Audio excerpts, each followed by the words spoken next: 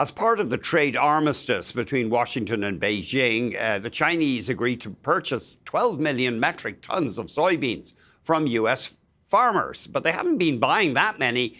Now, apparently, there was confusion or a misunderstanding over which season we were talking about. Is it the end of the growing season? And it wasn't apparently meant to be the calendar year.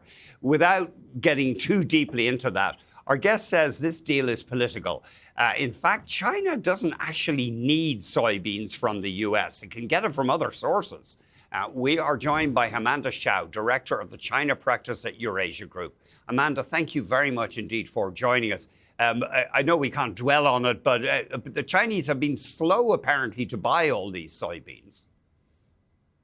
Yeah, that's right. So the Chinese stopped purchasing U.S. soybeans shortly after Trump imposed tariffs earlier this year. But we saw that purchases began to gradually increase after Xi and Trump met in South Korea, after which Washington said that Beijing had committed to purchasing the 12 million metric tons of soybeans before the end of the year, but also that they pledged to purchase 25 million metric tons each year over the next 3 years. Now, it's going to be hard for China to buy all 12 million metric tons of soybeans by the end of this year. So far, they've purchased about 3 million metric tons. And we've seen, as you alluded to, public remarks from Trump administration officials that suggest that the U.S. is showing some flexibility, and they have in fact pushed the timeline back. We've heard that Secretary Bessent is now saying that the Chinese will fulfill this pledge by February of next year. And you say strategically the Chinese can go elsewhere for their soybeans to suppliers such as Brazil if they need to. Yeah, I mean, the decision to buy U.S. soybeans is fundamentally, political for China. I mean, Beijing doesn't need a lot of soybeans from the U.S. Since the first trade war with Trump, Beijing has really sought to diversify its sourcing of soybeans.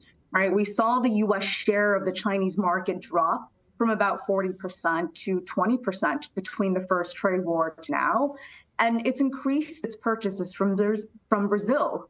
And so, we've seen that the Chinese have really effectively diversified its purchase of soybeans. So their commitment to this deal is really based on a political desire to maintain stability with Washington. That's interesting. Well, U.S. farmers have had a rough year, though, not just because of the Chinese cutting off soybean purchases, but that's hard on Trump's base as farming supporters. Yeah, and the Chinese understand that. They see that this is a politically salient issue for President Trump.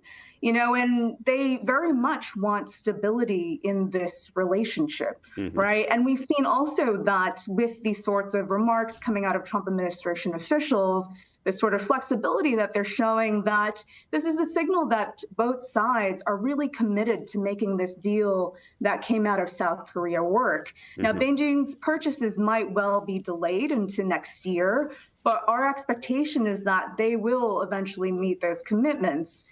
Since the two leaders met in Busan, the two sides have really been following through on their commitments. So they made a number of other commitments not related to agricultural products, but also to rare earths, to cooperation on fentanyl, et cetera. So I think what we're seeing on the whole is pretty clear signaling from both sides that they want to stick to that truce. Thank you very much, Amanda. We'd love to have you back because you've done a lot of work on China and its security concerns, Taiwan, its relationship with India, and we'd love to have you back on its aggressive policy, for example, when it comes to things like rare earths. Really appreciate it. Thank you very much. Amanda Hsiao has been our guest, Director of the China Practice at Eurasia Group.